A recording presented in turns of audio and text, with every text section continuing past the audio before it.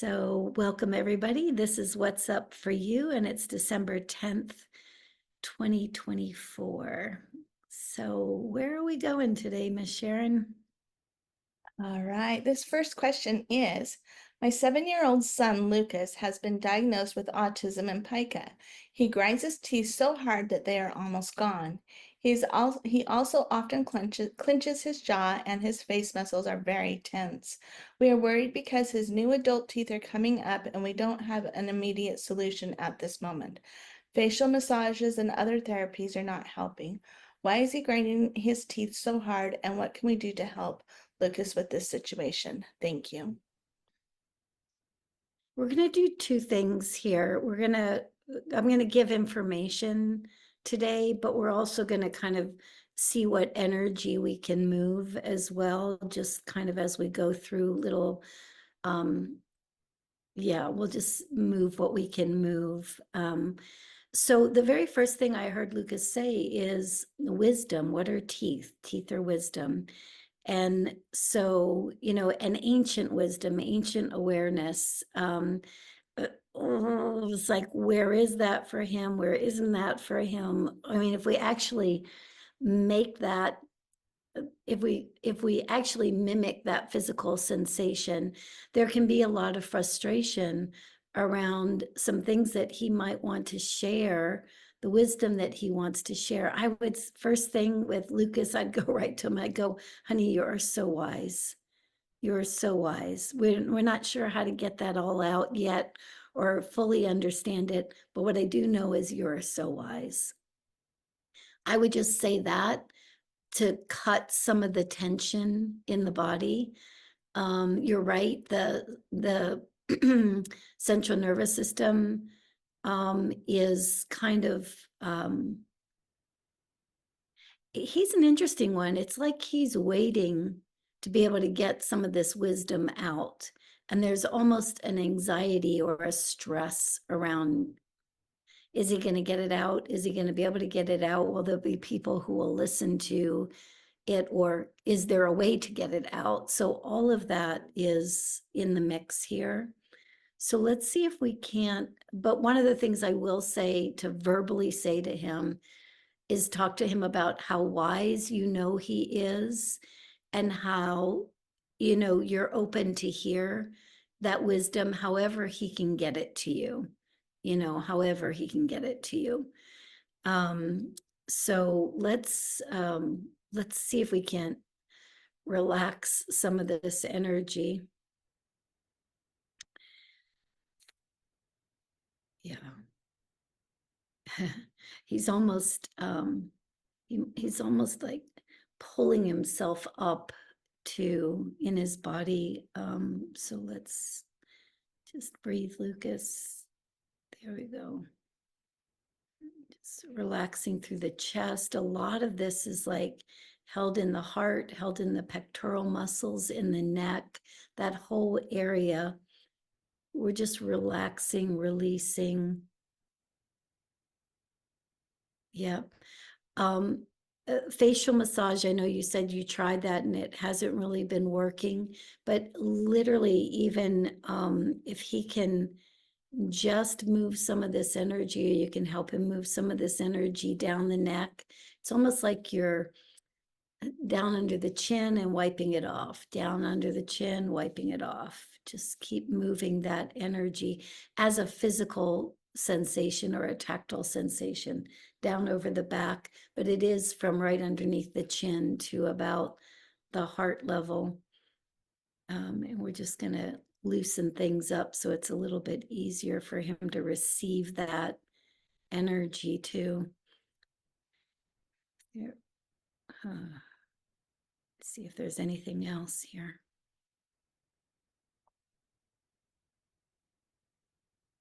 Yeah, no, it's the combination of wisdom and frustration of not being able to get that wisdom out. And I don't know why I keep wanting to go here, but ancient, like it's like whatever he's got access to, it's kind of ancient wisdom. So we got to start where we can start, which is, we know you're wise. We want to hear that wisdom. however you can get it to us, through dreams, through whatever, through intuition, um, through whatever forms of communication he might have. We're open. We're open. We want to hear it, Lucas. We need it. We need what you've got. Yeah, that we need what you've got. My whole chest just opened up. Yeah, yeah. All right. Let's try those first. My daughter, Ayla, has mentioned before hearing voices in her head. A few weeks ago, she was staying up late and doing an exercise routine downstairs that she said the beings told her to do. Is some energy communicating with her? Is it good energy? Anything to be concerned about? Thank you. So many of the kids right now are getting information, messages, whatever, regarding in support of them being more fully in their bodies, being more connected. So, you know, when you're seeing a positive outcome, like, you know, an exercise routine, or all of a sudden a shift in diet that might be better, or those kinds of things, we can assume that that energy is, you know, supportive and helpful. Um, and that's exactly what this looks like to me. It looks like it's, let me say this, I said this earlier today, you know, to Kai too, is we've got, right now what's happening is we have all of these timelines that are collapsing, right? How do I, collapsing, I want to make sure I'm getting it right. Hold on just a second.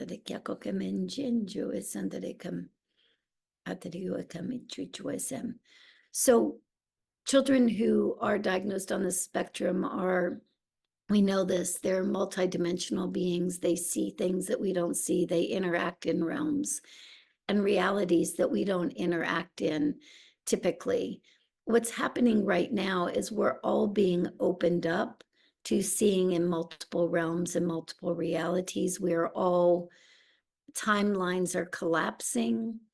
And so it makes it, worlds and realities that were held at a distance, you might say, are now available to us, not just to the kids diagnosed on the spectrum, but to many more of us. And so as that whole field starts to collapse, all of a sudden the kids themselves also can be getting very much more concrete information about how to support them being here.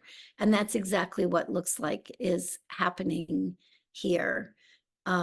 She's actually got a really nice team of, you can call them guides, but they're, or whatever you want to call them, but they're supports from other worlds and other realities. They're just becoming more evident and prominent in this world and in this reality. So yeah, she's got a good team. I wouldn't worry about those voices at all.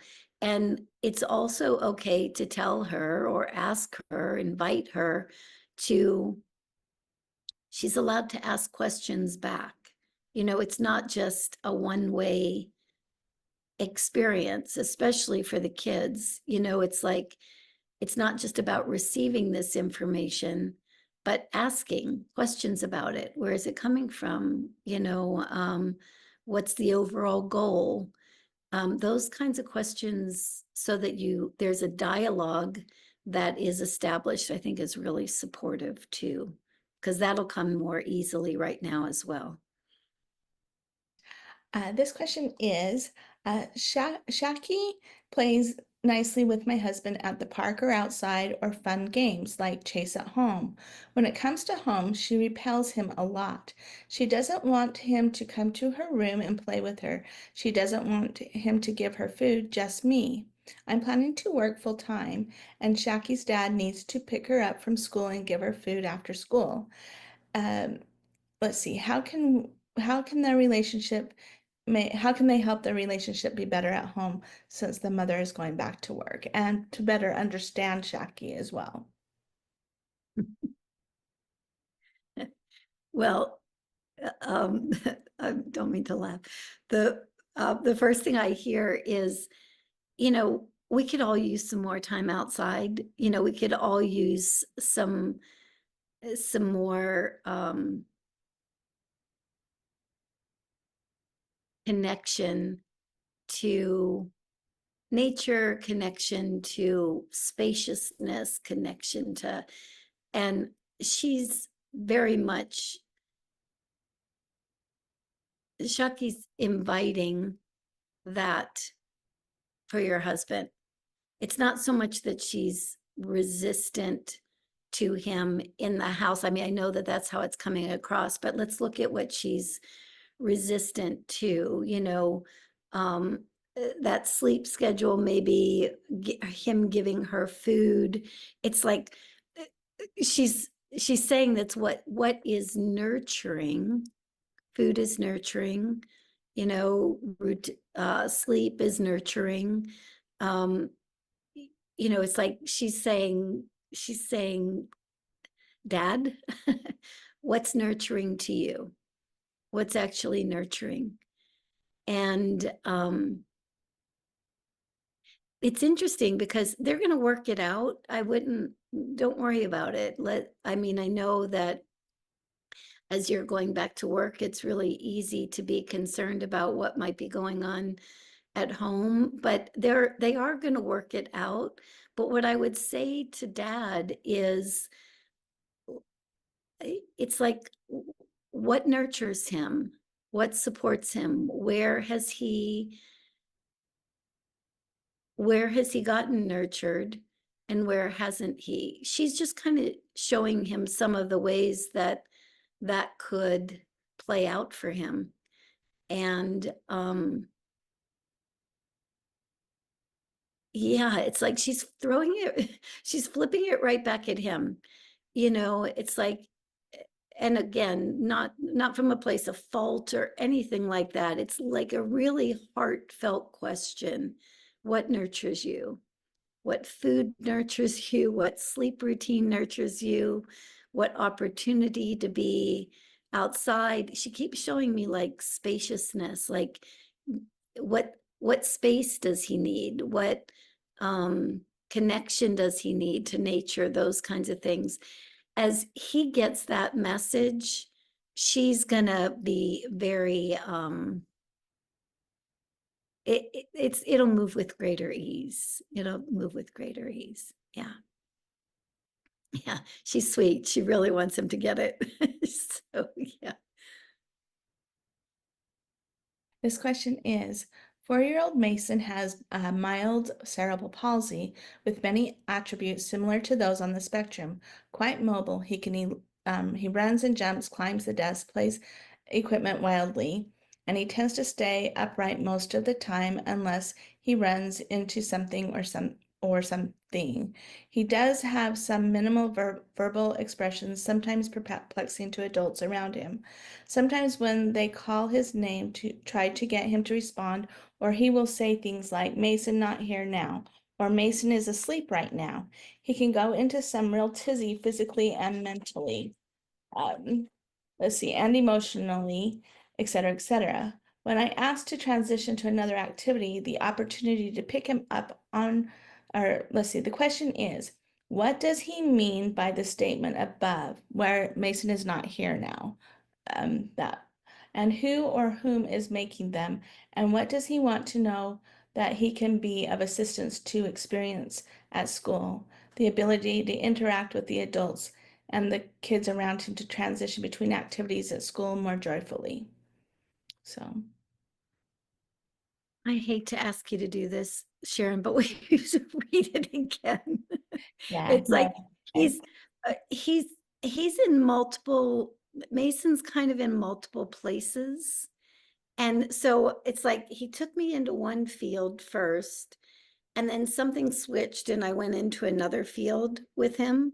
And so it feels like, so I apologize, but if you'll read that one again, I'll just I just want to hold him now that I've heard and seen the different places where he's popping in and out of. I want to hold one stable and see if we can move around that one. So go Okay. ahead. All Sorry. right.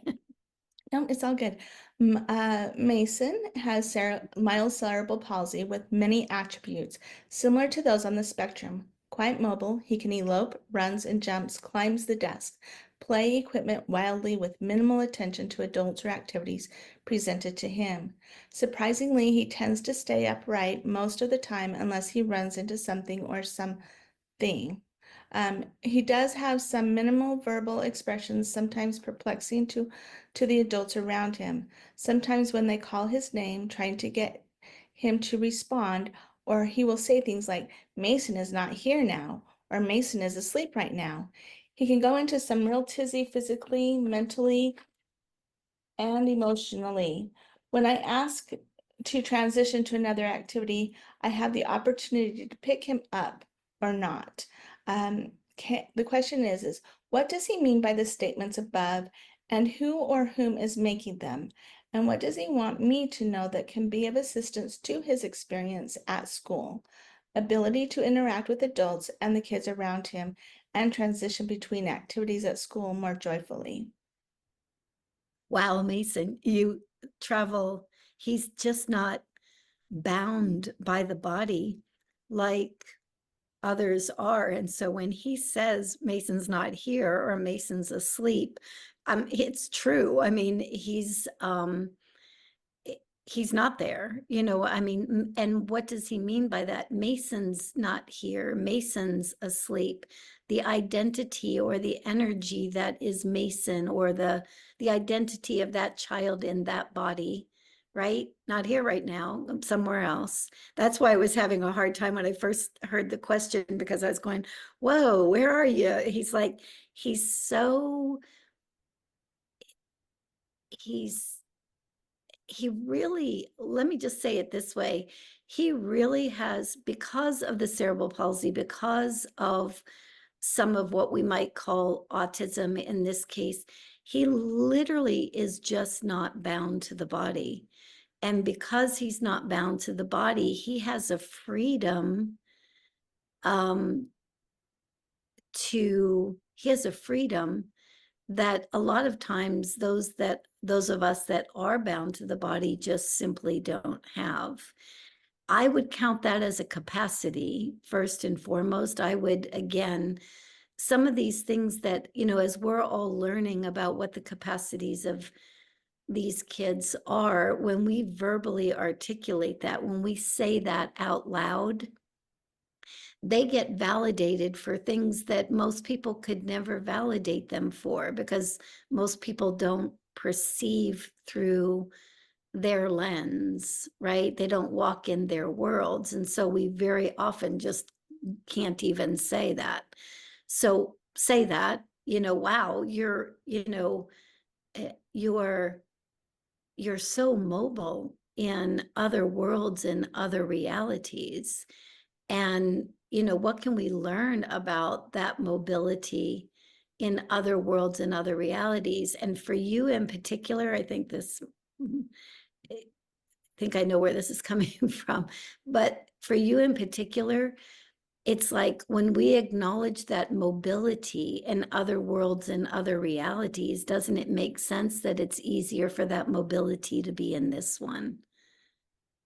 Yeah, it's almost like, and doesn't it make sense that that mobility could become much more fluid, even right down into the physical world, into the physical reality? Yeah. And so as far as who's saying those phrases, it's him, but it's him speaking beyond the identity. Yeah. Does that make sense? It's like it's him speaking beyond his identity. It's Mason is the identity, the being that can travel, and because he's not so bound to the body, witnesses it all. And every now and again will say, well, Mason's not here. know, I'm out traveling. Yeah. Yeah. I hope that's helpful. There's one other question she has. She wants to know if the ankle foot orthotics are helping or hindering him. Um, helping and helping. This is one of those slippery. I'm looking at it strictly through energy, no medical advice here, right? But the orthotics are definitely helping, and let's let the orthotics work for the being, right? Not just for the child mason, but let the orthotics be a way of directing that energy into the body. Let's have the orthotics be an opportunity to just let how do I want to say this? Hold on a second.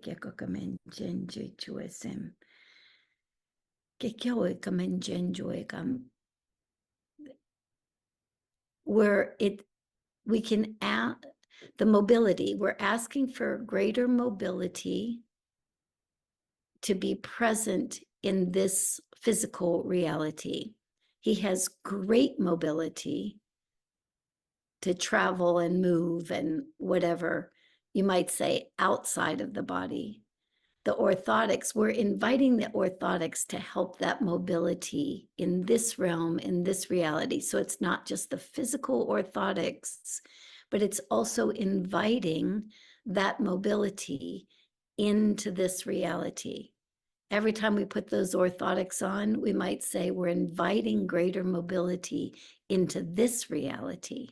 So the orthotics act as a reminder that that's possible. Yeah? Does that make sense? Yeah, the orthotics is the physical placement, the physical reminder. But we also want to pull it. There's like a little magic here. That's why I kind of like focusing on this. If we add the energy of why we're placing the orthotics on, the orthotics are the reminder that that mobility in other worlds and realities can also be greater mobility in this world and reality. If we pair the two, a little magic can happen. Yeah. My son Alex, 29, is trying to find out what is causing his episodes of vision narrowing, losing consciousness for a few seconds several times a day. He's been to many specialists here in Canada, but no answers at all. He's high functioning on the autistic spectrum, diagnosed at 9. He's a talented singer, voice actor, and super guy who has overcome a lot. He would like to be able to drive, but doesn't think it would be a responsible thing to do without sorting this problem out. He had digestive issues and sensory sensitivities all his life, but has grown and developed into a wonderful adult. And that's it. I want to explain what the energy looks like here, and then I just want to ask him if there's any support that I can be or that we can be as a collective here today that yeah could help to minimize some of this. I don't think this is long lasting, but it does very much feel like it looks like there's a certain density to this energy that makes it look a little bit more physical. And I'm wondering if we can kind of release some of that density. So what it looks like is it looks like a line of energy that goes right up through the spine. It goes in through it almost looks like a scar is the best way I can say it.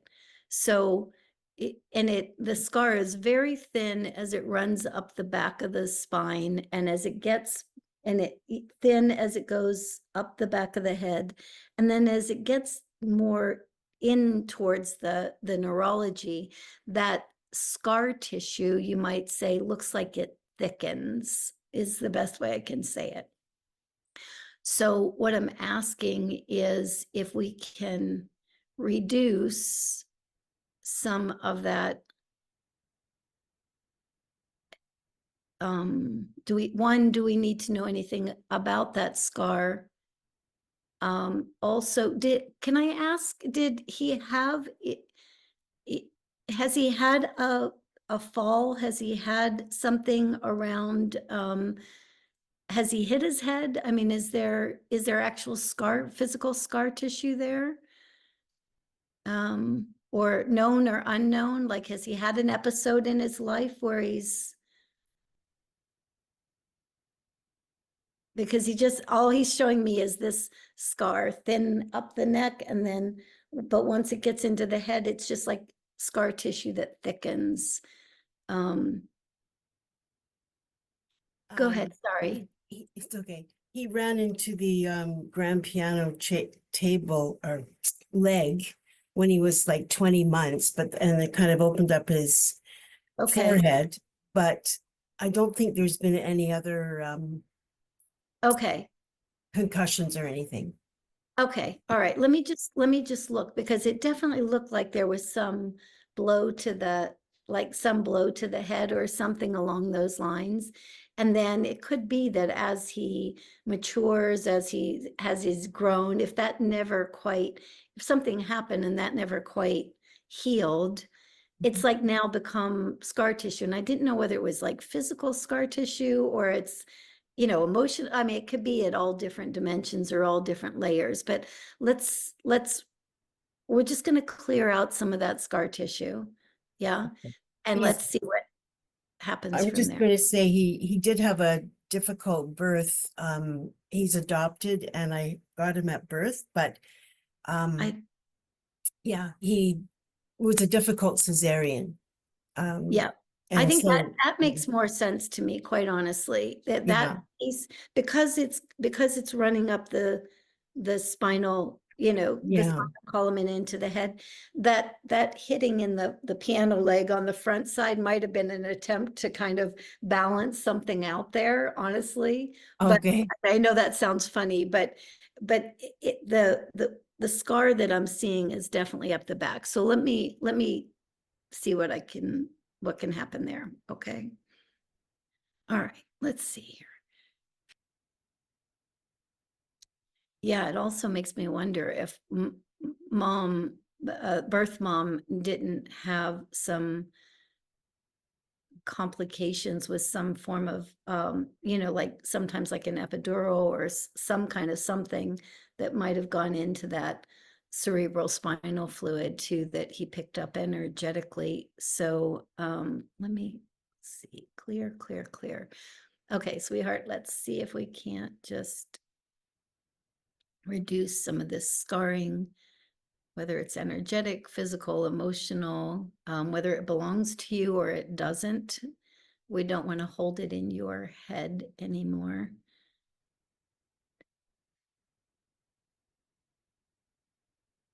Yeah, okay.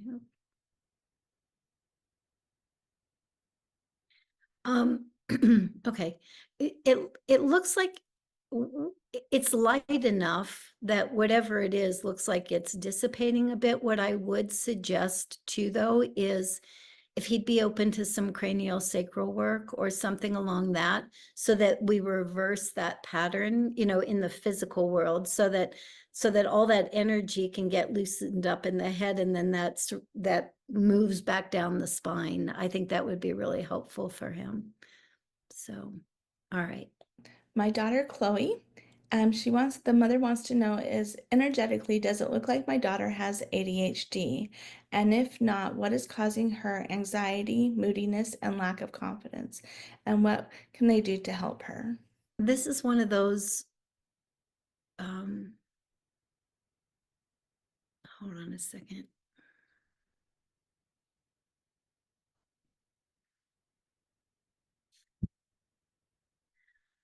Okay. I don't know what's going on today. There's so much energy moving today, and in different worlds and different realms. I mean, there's a lot moving today. So that's really exciting. So again, we can soften all of this, the anxiety, the moodiness, all of that. Just, I would use what experiences she's having as an opportunity for reflection, for self-reflection, for where am I feeling anxious? Where am I feeling moody? What changes my mood? What am I relying on so that my mood is what conditions am I placing on the physical world so that the mood can stay high, or the whatever. It's like, it's all she's showing me is, as as the people around her, as the especially the adults around her, flip that and start. It's like she's trying to bring about an awareness that of things that we don't typically look at. Like if an adult is anxious, or I mean, I'm a Cancerian woman, I'm moody all the time, right? So if if that energy is up, we're so used to, as adults, just, shoving it into the background and just keep moving, or worrying about somebody else, or doing it in a different way. And she's just kind of showing that anxiety exists, and why wouldn't it? I mean, humanity is in all kinds of flux right now, so we all have different degrees of, anxiety and stress and moodiness. And it's almost like she's just, in this case, it's literally, I'm just seeing this like more from the vantage point of mirroring.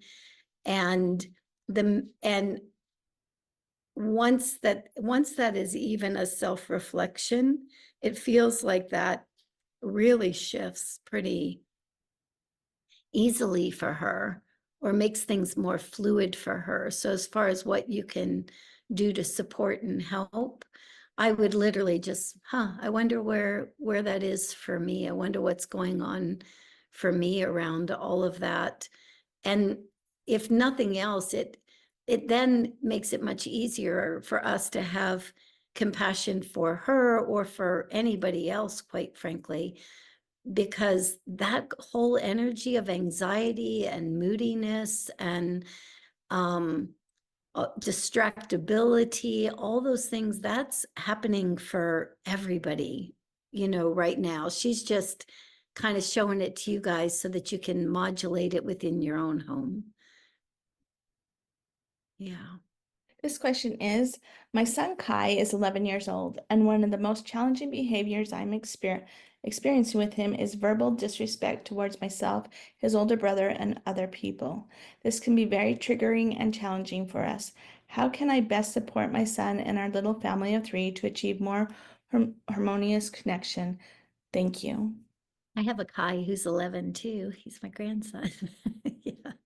Um, so, and interestingly, he went through something similar. So, uh, again,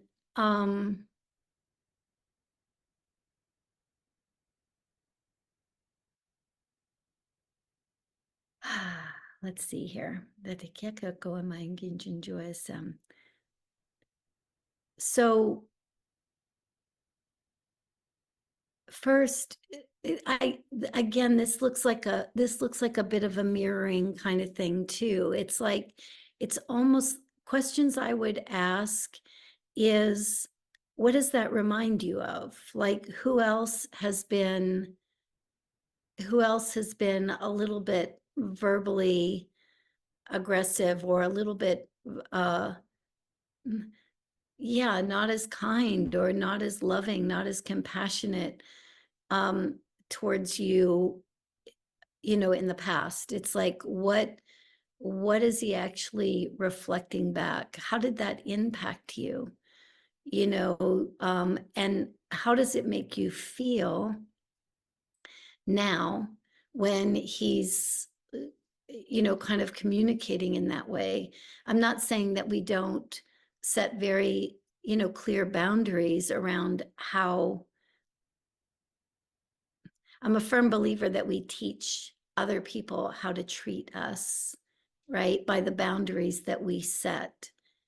the interesting thing about children that are diagnosed on the spectrum or ADD, ADHD, sometimes you can say those things to them and they hear you, they understand, but until we actually shift them internally, they don't stop reflecting it back to us because they're attempting to get us to understand that we deserve to be treated with love and kindness and gratitude and appreciation. And so all he keeps showing me is somewhere in the past, this same kind of behavior was experienced, right? Maybe even he witnessed that kind of experience.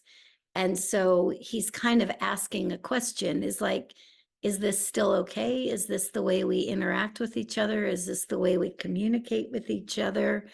Can I get away with this? You know, that kind of thing.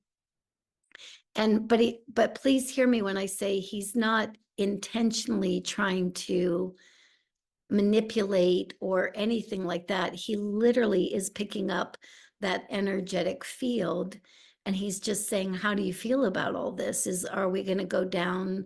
Are we going to go through that particular energetic pattern again? Am I allowed to go down that energetic pattern again? But the minute you kind of like go, okay, first let's be present with how that makes you feel. Like you said in the question, I believe that it's really triggering, you know, it can be very overwhelming. It'd be very triggering to have somebody be disrespectful or antagonistic in their communication, especially 11-year-olds that you love. You know, you want them to be kind and loving.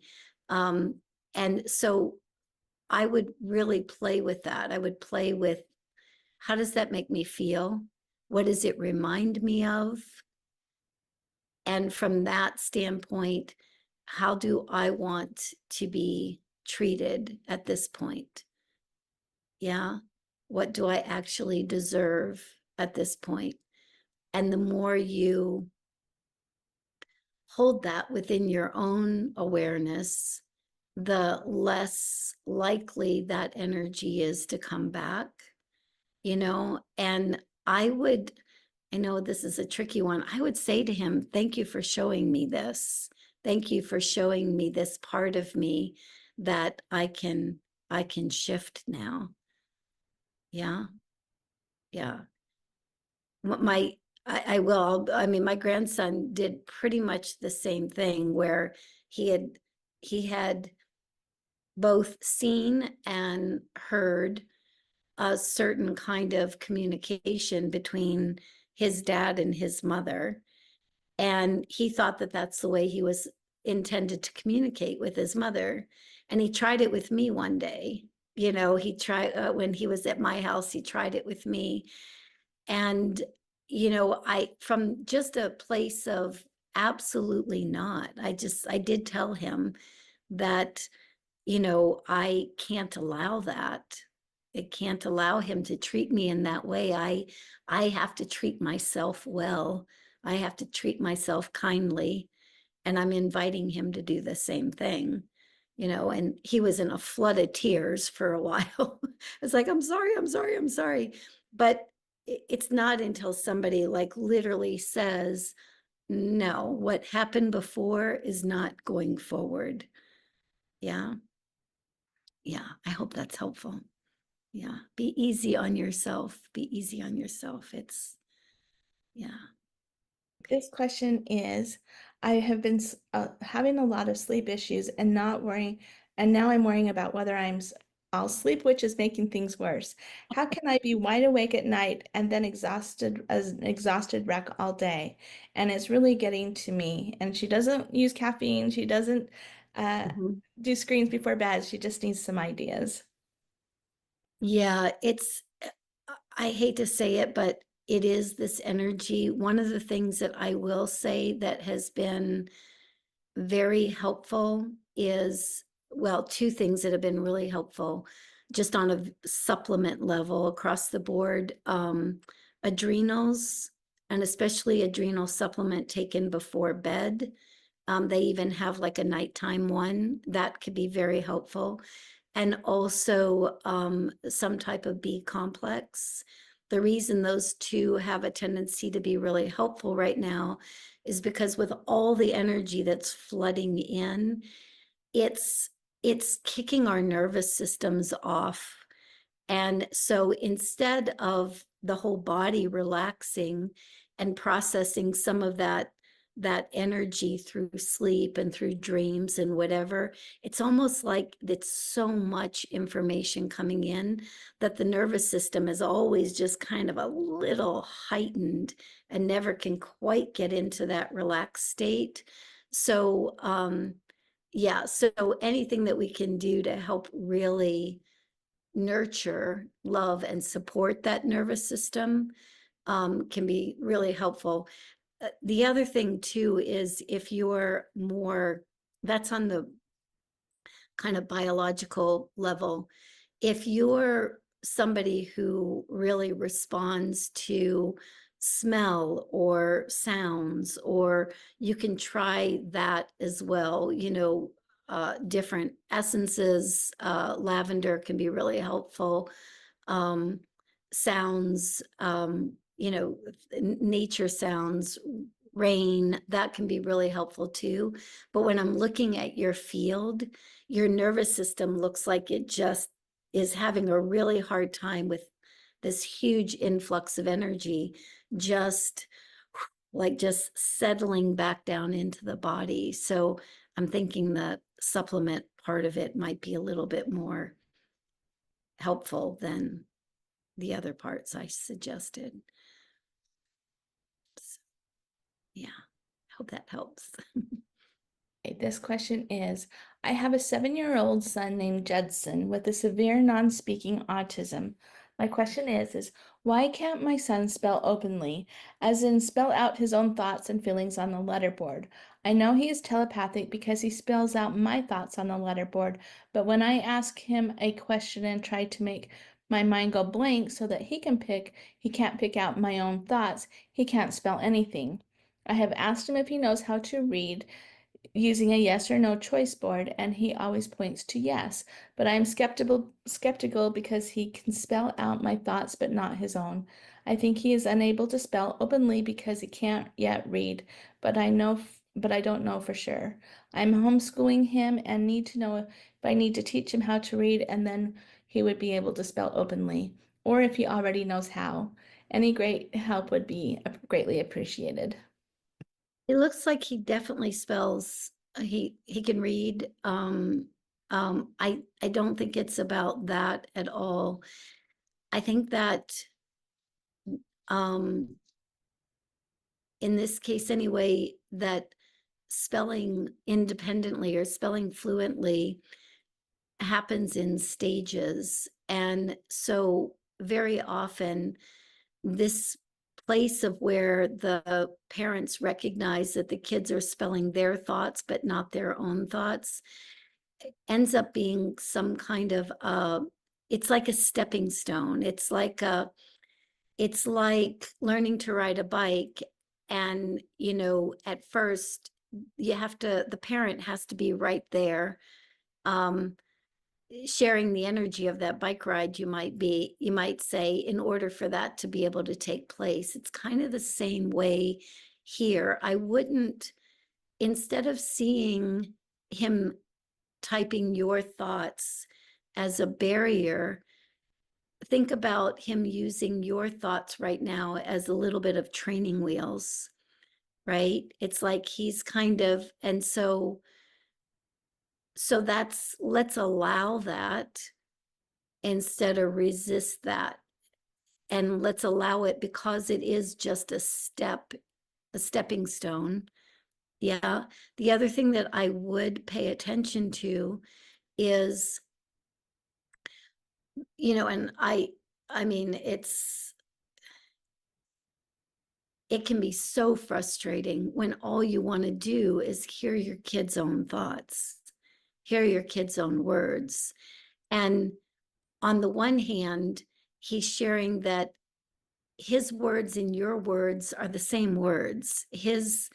that's another form of telepathy in many ways. You know, we can question that all day, every day, where it's like, I don't know if he's answering me based on what I want or based on what he wants. And what he's saying is initially, he's using your thoughts to provide an answer. And we're going to go, yay, you provided an answer. That's amazing. That's wonderful. Thank you so much. And we're going to go with that. We're going to act on that. And then as we do that step, then it makes it easier over time for him to, you might say, individuate some of that energy. Yeah. But first and foremost, it's a step. It really, and we don't want to negate that step. He's using you as training wheels, and let's also assume that he is telepathically putting those ideas in your head in the first place. So what's yours, what's his? It's the bigger opportunity is it's all one. Yeah, it's all one. Yeah, we're just going to allow that one step. Yeah. So I hope that made sense. Yeah. What can we do for our 4-year-old son Zaid to help better communicate with us and learn life skills like potty training? The very first thing he said is, know that I can do it. Know that I can do it. I need the steps broken down a little bit more. No, not I. His body needs the steps broken down a little bit more.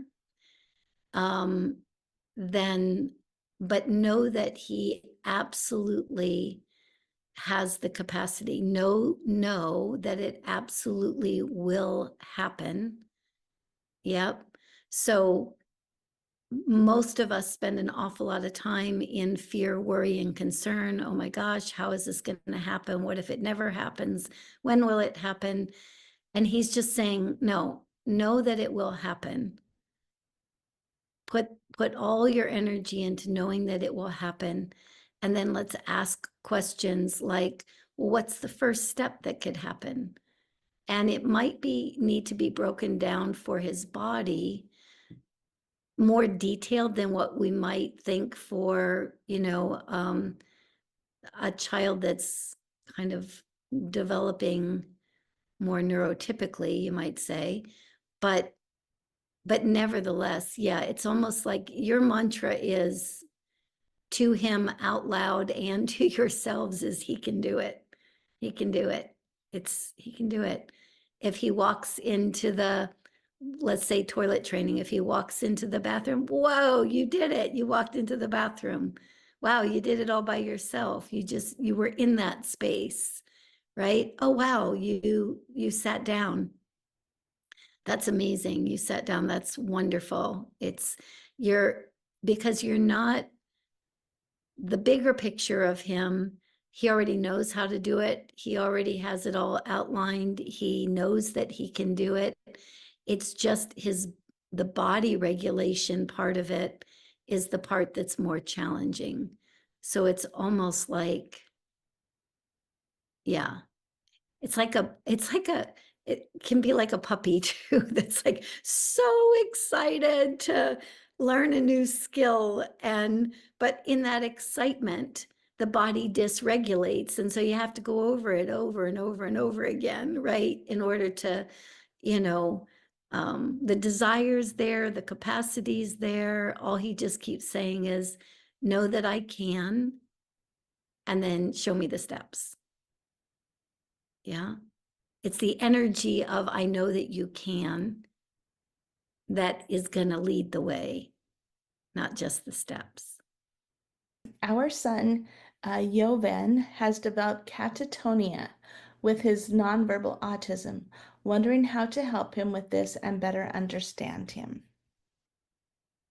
I'm assuming that this is some version of going catatonic. I mean, like literally like not being there, like being out. Is that true? Can you just say yes or no to that? I just want to make sure that I know what it looks like energetically. I'm not sure that I want to make sure I'm understanding the word. Maybe. That's all right, Sharon. Let me just go into what it looks like energetically then. There's again, far, far away. It's like the energy of,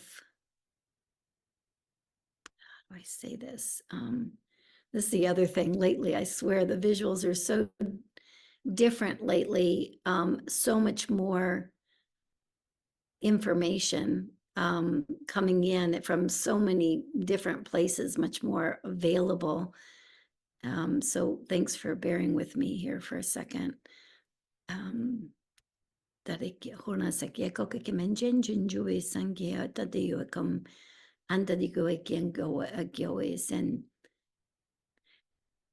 all I'm seeing in this case is like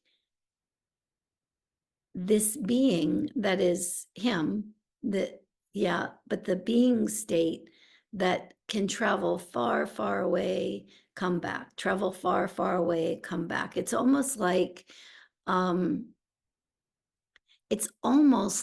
watching somebody who's, on the one hand, their body is in a kind of catatonic state or a comatose state or something like that, where if you look at the body, you kind of go, they're not there.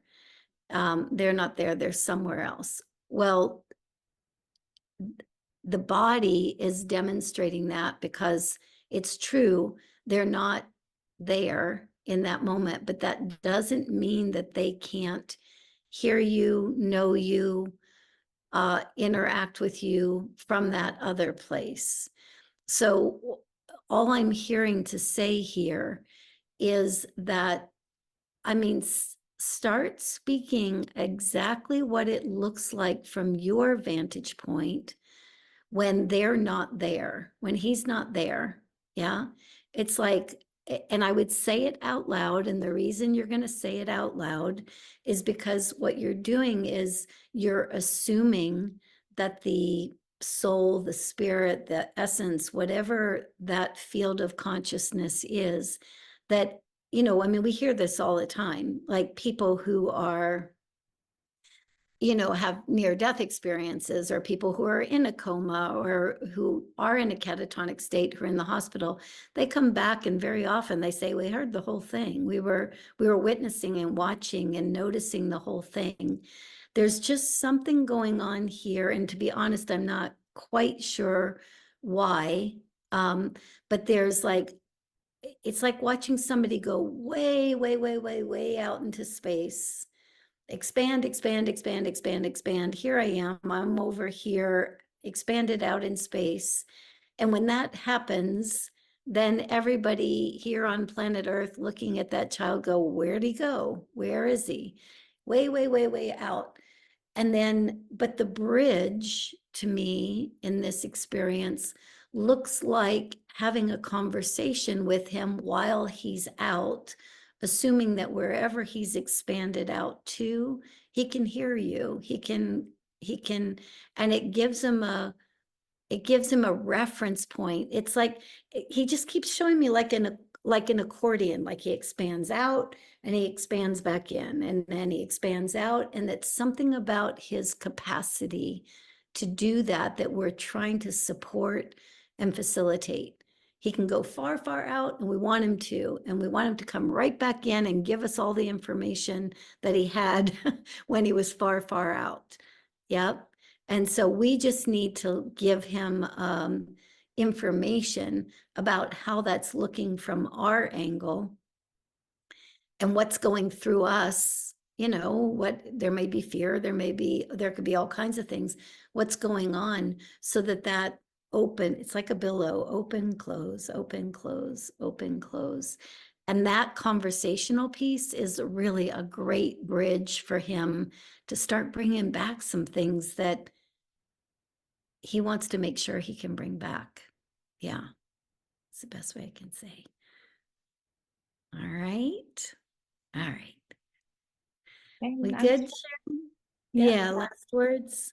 Okay. First, thank you for, like I say, things are shifting and changing and expanding. I can tell that collective human consciousness is opening in ways that it might not have been open before, because there's just a lot more available. And although that a lot more, I think, can very much feel overwhelming, to our own nervous systems, it can also feel overwhelming because we're being stretched to